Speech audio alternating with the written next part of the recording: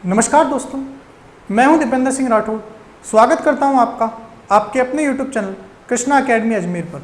दोस्तों, हम अपनी पिछली वीडियो का श्रृंखला के अंदर हमने बलों के बारे में पढ़ रहे थे और बल में हमने लास्ट में अभिकेंद्रीय और अपकेंद्रीय बल के बारे में अध्ययन दोस्तों कर लिया था। शांता बल के बारे में, शान बल के बारे में भी हमने अध्ययन कर लिया था। तो दोस्तों, ये जो आपके कुछ मैकेनिकल फोर्सेज हैं, यानी यांत्रिकी के जो बल हैं, उनके बारे में हमने अध्ययन कर लिया था।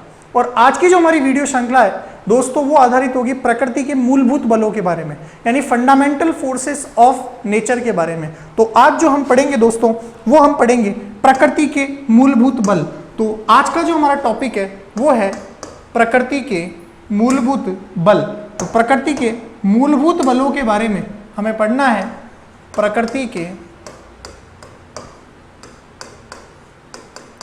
मूलभूत बल, फंडामेंटल फोर्सेस ऑफ नेचर, यानी हमारी नेचर के अंदर कितने मूलभूत बल है, मूल रूप से फोर्स कितने हैं। जो हमने अभी तक पढ़े हैं वो यांत्रिकी के बल है, मैकेनिकल फोर्सेस हैं, जो हमारी नॉर्मल फोर्सेस होते हैं। और ये है पूरे नेचर के अंदर जो नॉर्मल रूप से मतलब फंडामेंटल है, जो प्रकृति प्रदत्त है, वो बल कौन कौन से हैं, वो अपने फोर्सेस कौन कौन से हैं। तो 4 प्रकार के फोर्सेस हैं जिनको हमें पढ़ना है। एक बार हम उनका ब्रीफली पढ़ेंगे, संक्षिप्त रूप से पढ़ेंगे, फिर मैं एक एक करके डिटेल पढ़ाऊंगा सबको। ठीक है ना दोस्तों, ये हमारे बहुत काम के हैं और हर एग्जाम में दोस्तों पूछे जाते हैं। तो पहला अपन पढ़ेंगे प्रकृति के मूलभूत बलों के अंदर जो आपका फर्स्ट बल है वो है आपका गुरुत्वाकर्षण बल। कौन सा है दोस्तों? गुरुत्वाकर्षण बल, ग्रेविटेशनल फोर्स। तो फर्स्ट है आपका गुरुत्वाकर्षण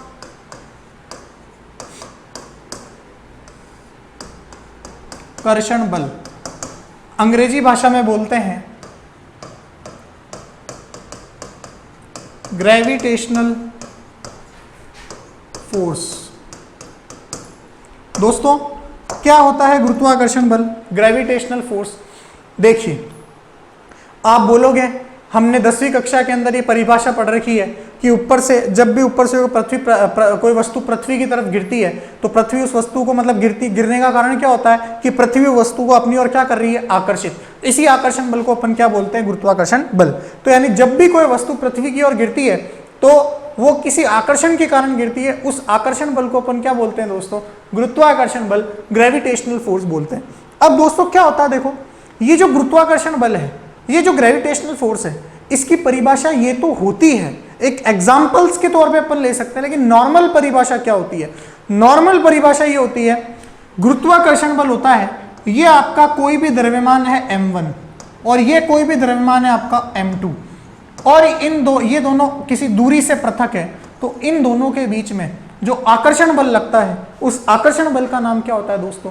गुरुत्वाकर्षण बल होता है। तो कोई भी दो द्रव्यमान वाली वस्तुओं के मध्य जो आकर्षण बल कार्य करता है, जो अट्रैक्शन फोर्स कार्य करता है, उसको अपन क्या बोलते हैं दोस्तों? गुरुत्वाकर्षण बल बोलते हैं। ये बहुत ही इंपॉर्टेंट है। ये परिभाषा किसने दी थी? ये परिभाषा आपके पास न्यूटन नामक वैज्ञानिक ने दी थी। इसका जो पूरा का पूरा अध्ययन है, ये पूरा टॉपिक मैंने पढ़ा रखा है। आप जाके साइंस की प्लेलिस्ट बन रखी है, साइंस फॉर रीड पटवार नाम से, उसके अंदर आप गुरुत्वाकर्षण बल पूरा देखना, बहुत डिटेल से पढ़ा रखा है मैंने, पूरे के पूरे 2 वीडियोस। तो अभी मैं आपको सिर्फ बताता हूं गुरुत्वाकर्षण बल के बारे में नॉर्मल बातें। सबसे पहली बात है कि यह 2 द्रव्यमानों के मध्य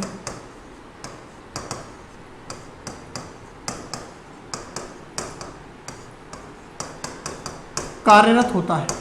यानी ये किसके बीच में लगता है? 2 द्रव्यमानों के बीच में लगता है। तो गुरुत्वाकर्षण बल की खास बात है कि ये किसके बीच में लगता है दोस्तों? 2 द्रव्यमानों के बीच के अंदर लगता है। अच्छा, अगर मेरे से पूछ लें कि बताओ इसकी प्रकृति कैसी होगी, इसका नेचर कैसा होगा, यानी 2 मासेस के बीच में वर्क करता है, आपसे पूछ ले इसका नेचर कैसा होगा, अट्रैक्शन का या रिपल्शन का, यानी आकर्षण का या प्रतिकर्षण का, तो आपको पता है गुरुत्वाकर्षण, आकर्षण, ग्रेविटेशन क्या होता है? किसी भी वस्तु को अपनी ओर आकर्षण, है ना, पृथ्वी द्वारा अट्रैक्शन। तो प्रकृति होती है आकर्षण की, अट्रैक्शन की, इसको अट्रैक्शन बोलते हैं अपन, आकर्षण, और अंग्रेजी भाषा में बोला जाता है अट्रैक्शन। तो अट्रैक्शन का नेचर होता है दोस्तों तीसरी बात यह है, क्या कोई भी मीडियम, क्या कोई माध्यम गुरुत्वाकर्षण को परिवर्तित कर सकता है क्या? बिल्कुल नहीं कर सकता।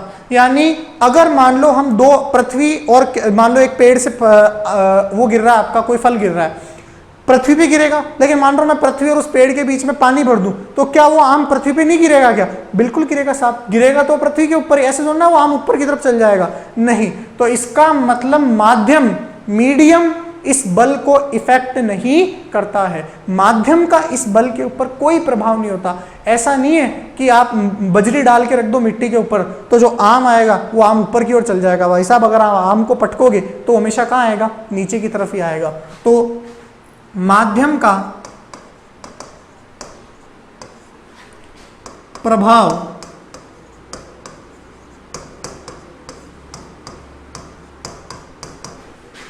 नहीं होता है, ठीक है दोस्तों, ये हमें ध्यान रखना है। तो माध्यम का प्रभाव दोस्तों नहीं होता है, ये हमें ध्यान रखना है।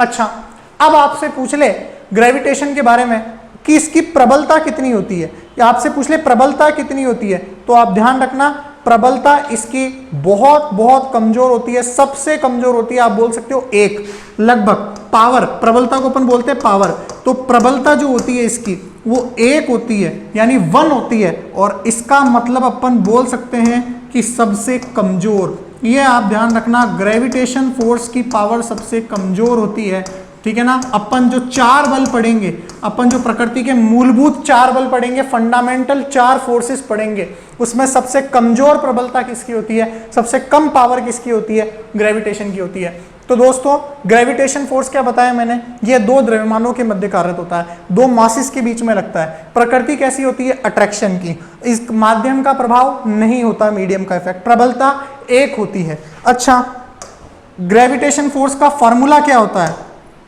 तो F बराबर जी m1 m2 upon are square, ये आपका गुरुत्वाकर्षण बल का फॉर्मूला होता है।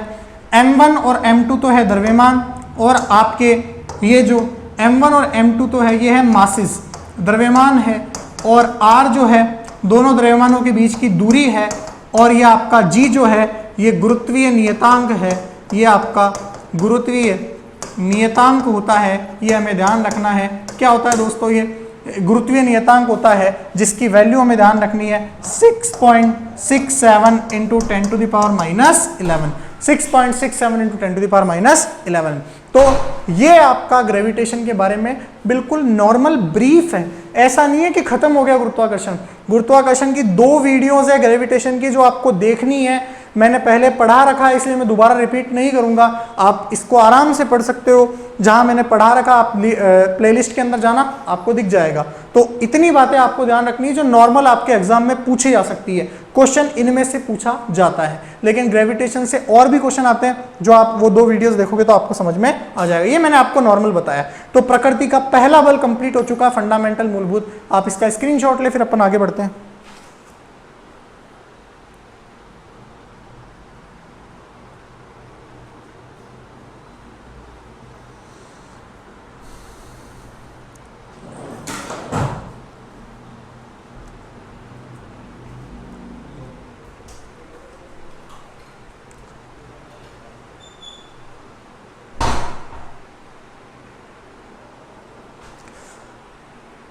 चलिए दोस्तों, मेरे हिसाब से आपने स्क्रीनशॉट ले लिया होगा।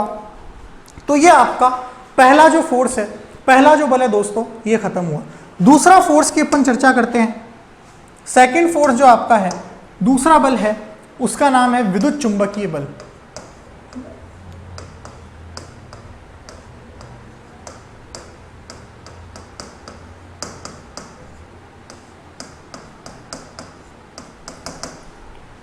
इलेक्ट्रो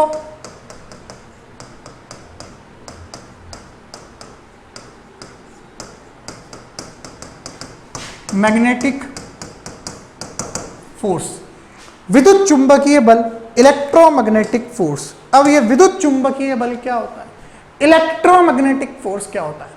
दोस्तों ये जो विद्युत चुंबकीय बल होता है, गुरुत्वाकर्षण बल होता है जो दो द्रव्यमानों के मध्य कार्य करता है, दो मासिस के बीच में कार्य करता है। ये बल वो बल है जो दो चार्जेस के बीच में, दो आवेशों के बीच में कार्य करता है। आवेश जैसे आपका इलेक्ट्रॉन हो गया, प्रोटॉन हो गया, ये आवेश हैं आपके, है ना, धनावेश, ऋणावेश, कैटायन, एनायन, ये सब आपके चार्जेस हैं, आवेश हैं। अपन बिल्कुल विस्तृत रूप में पढ़ेंगे आवेश क्या होता है, चार्जेस क्या होते हैं, वो ये चैप्टर में पढ़ेंगे अपन। पहले मैं यहाँ पे सिर्फ आपको ब्रीफ पढ़ा रहा हूँ। तो क्या बोलेंगे अपन, यह है दो आवेशों के मध्य कार्यरत होता है। यह दो आवेशों, आवेश को अपन इंग्लिश में बोलते हैं चार्जेस।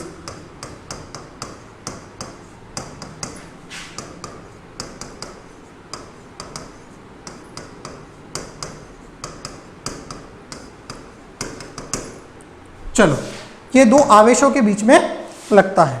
अच्छा, इसका फार्मूला क्या होता है, तो फार्मूला होता है F बराबर K Q1 Q2 upon R। Same आपका ग्रेविटेशन फोर्स की तरह, वहां पे Gm1 M2 अपॉन R होता है, ये K Q1 Q2 upon R है। ये Q1 और Q2 क्या होते हैं, ये आते हैं चार्ज, आवेश, पढ़ूंगा अभी मैं आगे आपको। R होता है दूरी दोनों के बीच की, यहाँ पे R स्क्वायर आएगा, K Q1 Q2 upon R square. ये K होता है नियतांक, इसको कूलाम कांस्टेंट बोलते हैं, नियतांक होता है, कांस्टेंट होता है, जिसकी वैल्यू होती है 9 × 10⁹, 9 × 10⁹। तो दोस्तों, ये आपका जो विद्युत चुंबकीय बल है, इलेक्ट्रोमैग्नेटिक फोर्स है, ये दो चार्जेस के बीच में लगता है, दो आवेशों के बीच में लगता है। और इसका फार्मूला क्या होता है, K Q1 Q2 upon R। दोस्तों R स्क्वायर, सॉरी, ये जो आपका तीसरा पॉइंट है, इसका मैंने आपको ग्रेविटेशन फोर्स में, गुरुत्वाकर्षण बल में ये बताया कि गुरुत्वाकर्षण बल माध्यम पे निर्भर नहीं करता है, लेकिन भाई साहब ये मीडियम पे डिपेंड करता है। अगर आपने कुछ मीडियम भर दिया दो चार्जेस के बीच में, दो आवेशों के बीच में, तो ये आपका विद्युत चुंबकीय बल, इलेक्ट्रोमैग्नेटिक फोर्स चेंज हो जाएगा, वो उससे डिवाइड हो जाता है। के से जो परावैद्युतांक डाइलेक्ट्रिक होता है, वो मैं आगे बताऊंगा आपको क्या होता है। अभी सिर्फ मैं बता रहा हूं कि माध्यम पर निर्भर करता है, मीडियम डिपेंडेंट है, माध्यम पर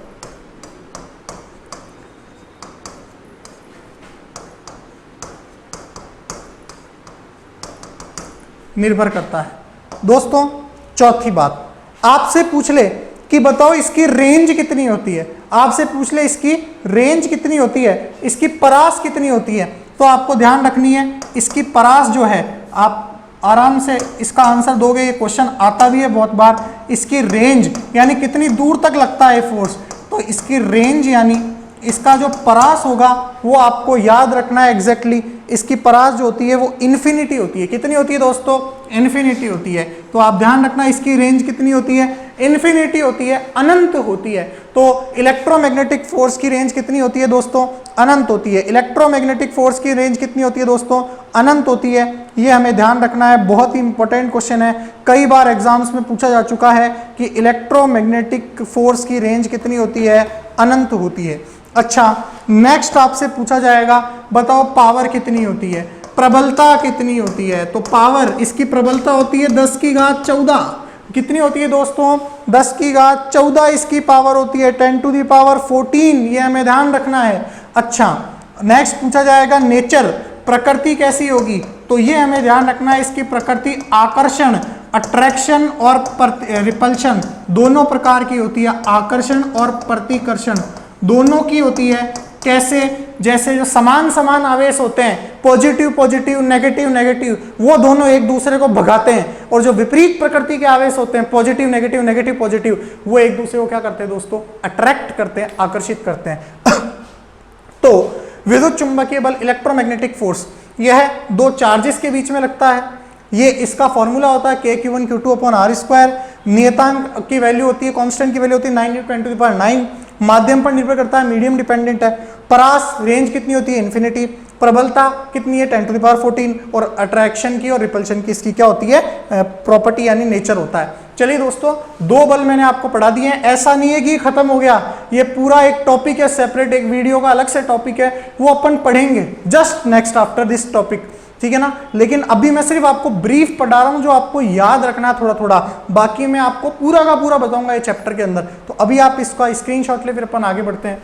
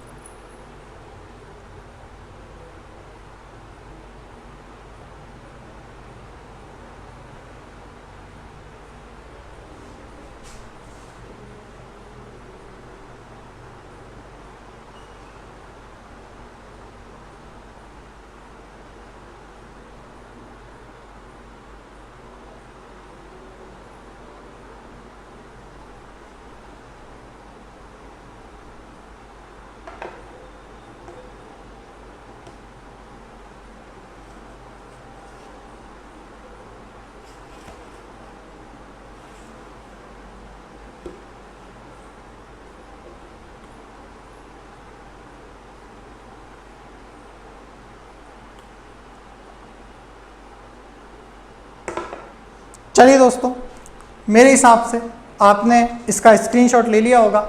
अब अपन दोस्तों नेक्स्ट प्रकार का बल पढ़ते हैं, नेक्स्ट टाइप का फोर्स पढ़ते हैं।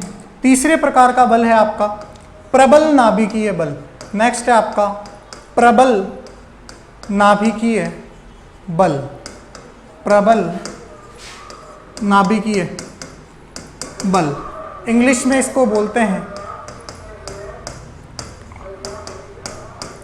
Strong nuclear force. प्रबल नाभिकीय बल, स्ट्रॉन्ग न्यूक्लियर फोर्स, तो इंग्लिश में इसको बोला जाता है स्ट्रॉन्ग न्यूक्लियर फोर्स। तो ये आपको ध्यान रखना है, स्ट्रॉन्ग न्यूक्लियर फोर्स क्या होता है मैं बता देता हूँ आपको भी, ठीक है ना दोस्तों। बहुत ही इंपॉर्टेंट है और एग्जाम में पूछे आते हैं इससे भी क्वेश्चन कि स्ट्रॉन्ग न्यूक्लियर फोर्स क्या होता है, प्रबल नाभिकीय बल क्या होता है। देखिए दोस्तों, आपने परमाणु पढ़ा होगा, एटम पढ़ा होगा। परमाणु जो होता है, परमाणु के अंदर नाभिक पाया जाता है, ये आपका एटम है, ये आपका परमाणु है, ठीक है दोस्तों। परमाणु के अंदर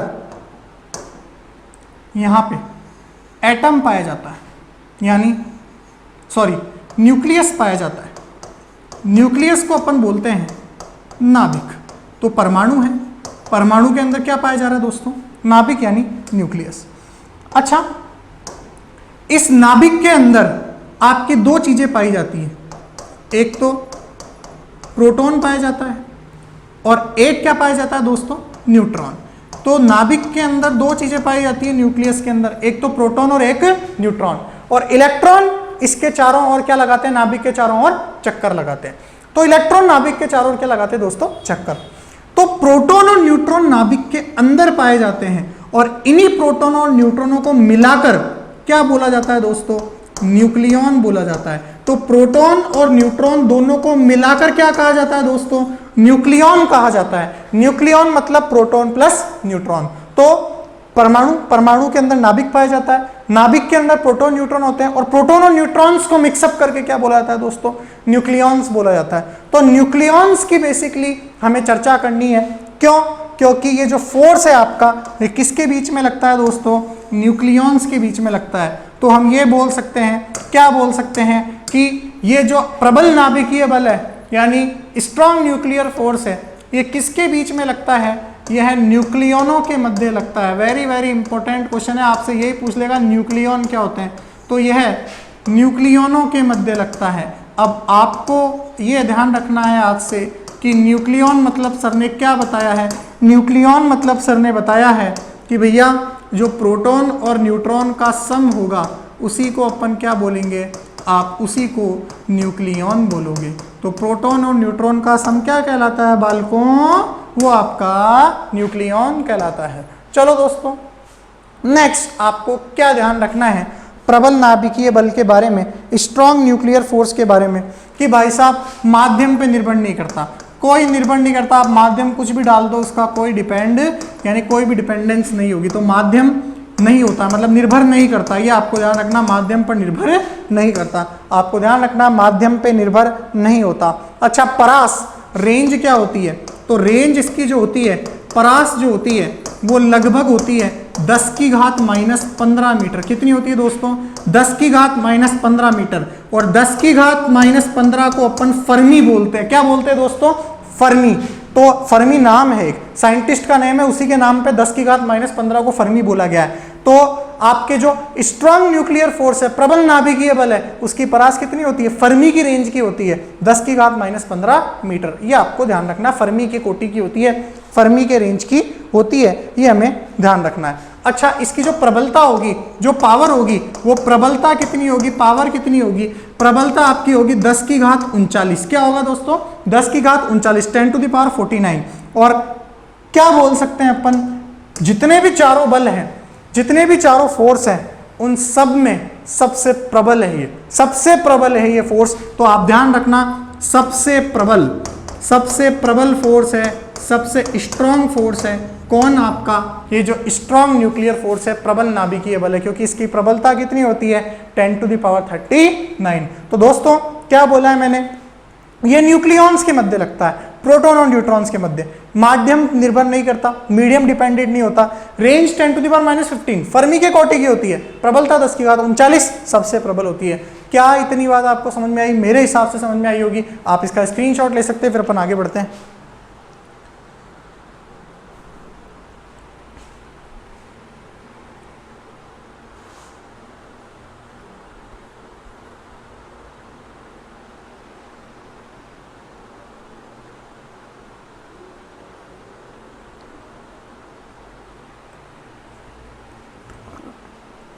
चलिए दोस्तों, आपने स्क्रीनशॉट ले लिया होगा। नेक्स्ट चौथा और लास्ट फोर्स पढ़ते हैं अपन।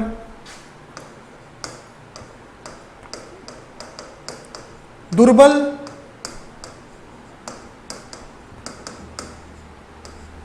नाभिकीय बल, वीक न्यूक्लियर फोर्स। चलिए दोस्तों, दुर्बल नाभिकीय बल, सबसे पहली बात किस किस के बीच में लगता है?